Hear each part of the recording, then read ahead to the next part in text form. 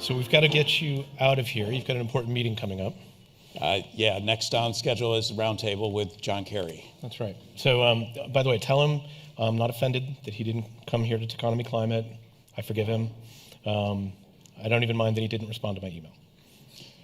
I will relay. I think there are like 500 invitations for him during this exact time slot, too. So he has a few things on his plate right now.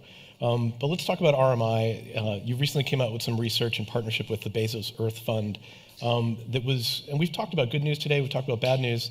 There was a lot of good news in your report. Can you share a little bit of that? Yeah, so there are two narratives out there right now that are existing. Right, one is frankly the narrative of the global stock take, right? That we're not on track, and if you just looked at stocks, right, of how much renewables we've installed, where we stand on, low carbon industry, et cetera, you'd say no, we don't have a lot to build on. But then there's the conversation around flows, right, and being a little wonky and mathy and knowing that derivatives matter, right? You start to look at the system and you see, well, gosh, last year we installed 40% more solar than we did the year before and 55% more EVs. And we actually doubled the rate of energy efficiency capture versus prior year, right? And we're starting to see all these nonlinear responses. We're exponentiating very quickly. And then you realize, well, the energy transition is really a technology disruption, right? It's a technology change. And technology changes aren't governed by incumbents, right? They happen because you've got better technologies out there that meet the demand, the needs of the market better. And just like the flush toilet, just like, kind of the television, just like the shift to automobiles, we're in, or the digital, advent of computers, which is that writ large, right? We're in a moment of steep adoption, of S-curve disruption that is happening today, and the numbers show that. And so we've been working. There's this doom narrative out there, but no one's getting the positive side, right? We don't hear that. That's not the pervasive thing that certainly our policymakers are hearing, but that's not what our financiers are hearing. That's not what's out there. And so we're working alongside Bezos to help elevate that so that everyone understands just how quickly things are changing. And you're an educated group out here, and you probably don't know right now that when it comes to solar, we have between installed capacity and announced capacity, we are on track for 1.5 degrees based on the amount of deployment that we have here by 2030, right? We're exceeding our goal, and not many people know or understand that. So I think the understanding, the assumption was that the energy industry would not be disruptable because it was filled with entrenched interests. There's quasi-government organizations, there's monopolies, that they wouldn't innovate and therefore wouldn't be able to take advantage of those curves. Why did it turn out this way, or why is it turning out this way? Yeah, again, we would say pace of disruption isn't driven by incumbents. And we're going to see this happen right now before our eyes here, right? Because when you look at the numbers and when you see where we're standing, the amount of new renewables that we're adding, right, is exactly equal right now to the demand growth of energy globally. And so we're in balance, right? But we've got two things that are happening. One, we're not stopping our amount of renewable increases. And by our numbers and looking at the cost advantage where renewables are cheaper on 95% of the planet right now as the next new form of energy, right? As that continues to grow, that squeezes out any growth for fossil fuels here going forward. And when you look as well at the numbers around energy efficiency that are also increasing, and as we electrify, we move from Carnot, right, over to Tesla efficiencies. And Tesla has Carnot beat by a long way when we think about, kind of the lack of losses that we see in the system. What happens then is you find that you immediately curtail and start turning down the overall fossil fuel consumption globally. And that is super interesting, right, for us all to be aware of, that we have essentially reached peak fossil fuels. And we'll bounce around for the next 2 or 3 years based on overall dynamics here globally. But by 2025 or so, it will be clearly down, right? And if you're an investor and you're invested in the fossil industry, guess what? You don't wait for your toast to pop up burned when you see it's headed for the toaster. I love the irony of peak oil meaning something completely different today than it did 10 years ago. It was a totally different scene 10 years ago in terms of what the expectations were going to be. I mean, we can see it, and RMI's been talking about it for a while, but Fatih Birol, right, IEA, published a report here a couple weeks ago, and he's been saying it as well. And, the IEA has perhaps been a bit conservative throughout the years, and I would contend it still remains conservative, right? But even their numbers are showing this transition. So the latest exchange report that you guys put out showed, again, tremendous growth in electric vehicle adoption. What do you say to critics who say, well, this is going to put a huge burden on our energy grids? There's a shortage of rare earth minerals. The supply is going to be limited. Are there any constraints there we need to be worried about? Yeah, there are always challenges, right, as new industries are built. But let's be clear. When you add up, kind of all the demand, if we were to fully electrify the global car fleet of 1.2 billion vehicles or so right now, that amounts to roughly 10% of installed global electricity capacity, right? And if we do that over 10 or 15 or 20 years, we can manage that, right? That's a solvable problem. So I'm not worried about the grid, right, writ large. We can come back to this. There are certainly constraints and things that we need to deal with in the near term. On the critical minerals side, yeah, we've got challenges in terms of near term getting the amount that we need to supply our markets.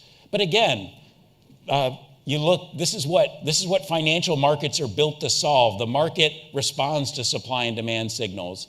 We certainly need to, kind of make sure that the way that we set up this next energy economy is equitable for the countries that have access to these materials, right?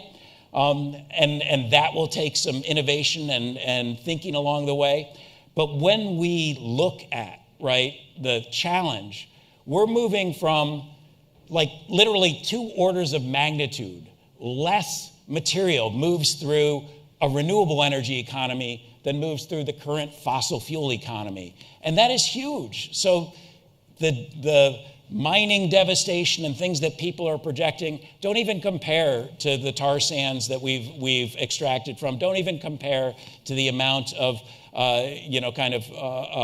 methane that we've produced and pulled out of the ground. We're just at a wholly different order of magnitude. And again, markets solve these types of problems. So there will be a little time as we work through this, but we're already seeing kind of the lithium markets move forward. We're already seeing kind of the potential for a number of other metals markets to move forward.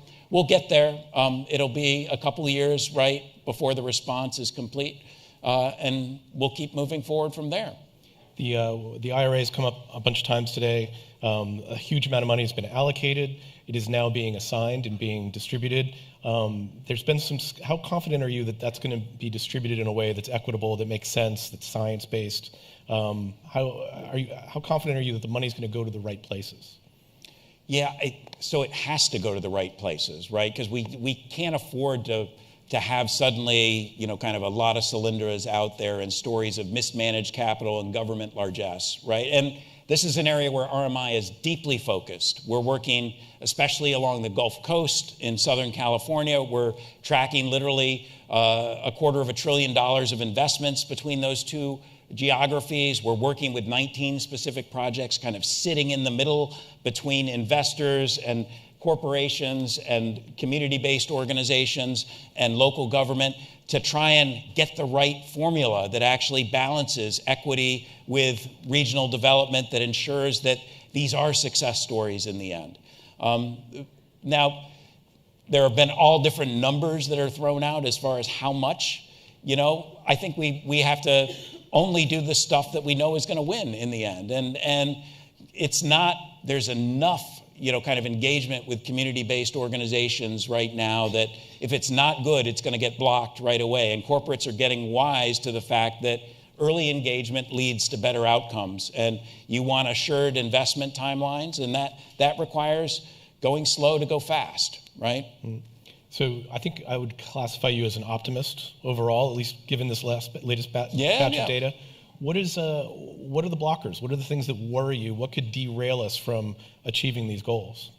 Yeah, I mean, let's not. I don't want to cherry coat it, paint it, whatever we say. When we look at it, we're coming off the largest profit that the oil and gas industry has ever seen, right? And when you have 10% of the people extract rent from 80% of the population on the planet, there's vested interests there that are considerable, that had $3.5 trillion flow into their accounts last year. And that's a pretty big war chest that you have to deal with. Now, ideally, we align and we get everyone to recognize and to some of that money or a lot of that money goes into the transition and everyone realizes kind of what's happening.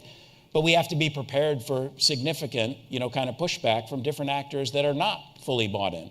So that's one. I think we've already talked a little bit about mines and grids, right? Those are two big constraints. As we electrify more, we need to get through permitting challenges. We need to get through, things like the interconnection queues and our own ability to really make use of the resources that are economic, where our social or our governance processes are getting in the way. We need to set up incentives that properly, kind of support the economic distributed energy resources and other, kind of opportunities that are moving forward, thanks to many of you in the audience here, right?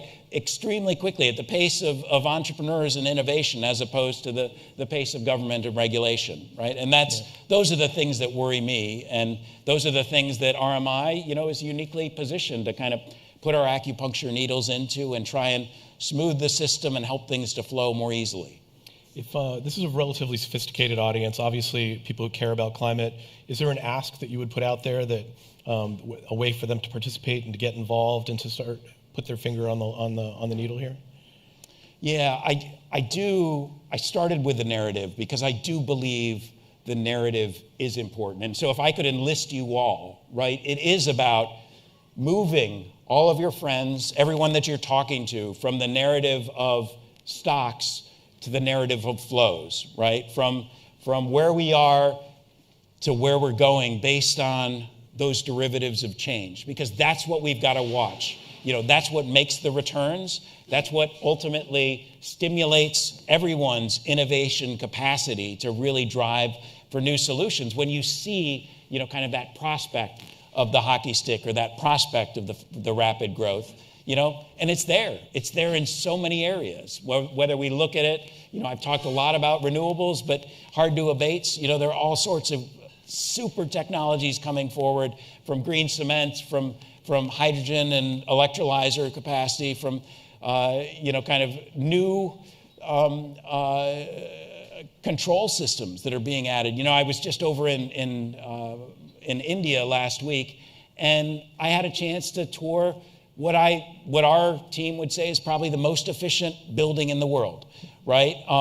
And it was done at lower first cost than the alternative. It embraced a lot of, kind of what you would see as core RMI energy efficiency principles. And they did some really innovative things, like they constructed it out of precast concrete that was brought in with insulation embedded in it. And they had 3,000 panels that were all constructed there. And if they can do this in India, right, with India level labor and capability, why is this not everywhere, right? And these are the things that get me super excited and say, yes, buildings are hard, but there are solutions out there that work not just for those that can afford, but actually for everybody, because they're cheaper in the front. And if we're not doing it, we're unnecessarily burdening, all with the costs that we don't need, right? We need to move faster, and every spare dollar needs to go toward higher return, better investments that give us cleaner air, cooler climate, right? In the end, a more secure and safe planet. And we're bumping up against planetary boundaries right now, not just on climate, but in so many different dimensions. And this is our moment, right? And I am an optimist, right? And I do believe in moments of great challenge, we will rise together as a group here, everyone here in the audience, everyone online, to really, really take our innovative capacity to the next level and respond not just because it's for us, but because it's for our kids. And gosh darn it, we've got to leave the planet better than what we found it. So, amen to that. John, I think that's a powerful argument for your narrative. I think you've got me convinced, and probably more than a few people in the room. Can we get a round of applause for John?